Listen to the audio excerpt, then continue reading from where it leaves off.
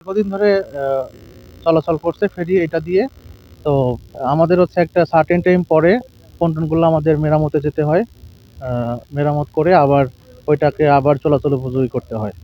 তো দীর্ঘদিন চলার কারণে আমাদের এই পন্টনটা কিছু মেরামত কাজের প্রয়োজন, যার কারণে আজকে সকাল 10:30 থেকে আমরা এটা রিপ্লেসমেন্টের কাজ শুরু করছি।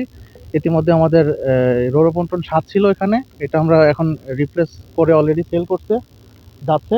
এখন ওখান থেকে আমাদের একটা রেডি পন্টন আছে পাটুরিয়া ঘাটে, রোরো পন্টন 8, ওইটা জাস্ট আসতেছে। আমরা দুপুরের পরেই মোটামুটি 3টার মধ্যে আমরা এখানে সেট করে আবার এই ঘাটটা আবার চলাচলের উপযোগী করে ফেলবো। বর্ষার কারণে ফেরি বন্ধ ছিল, ফেরি এখন চালু হয়েছে। আমরা এইমাত্র এসে দাঁড়ানোর পরে আমাদের এখনই বললো যে ফেরি পাবেন। সকাল 7:30 থেকে কিন্তু এই দৌলতদিয়ার প্রান্তে ঘন কুয়াশার কারণে কিন্তু ফেরি বন্ধ ছিল। বিআইডব্লিউটিসির যিনি ঘাট ম্যানেজার মোহাম্মদ সালাউদ্দিন আমাদেরকে বলেছেন যে আজকে সকাল 7:30 থেকে ফেরি চলাচল বন্ধ ছিল এবং 10:30টার দিকে ফেরি চলাচল শুরু হয়েছে। অর্থাৎ 3.25 ঘন্টা বন্ধ থাকার পর এই দৌলতদিয়া প্রান্তের ফেরিঘাটের এই ফেরি নৌ রুটের যে ফেরি চলাচল সেটা কিন্তু স্বাভাবিক হয়েছে।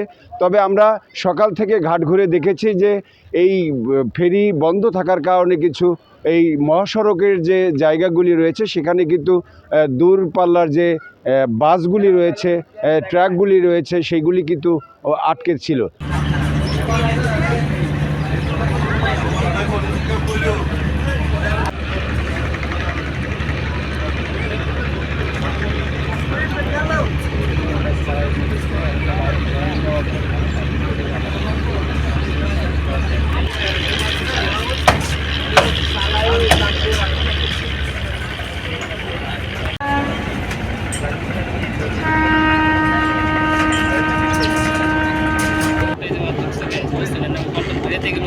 পাইপ বারোটার সময় চাপে ফেলাইছে।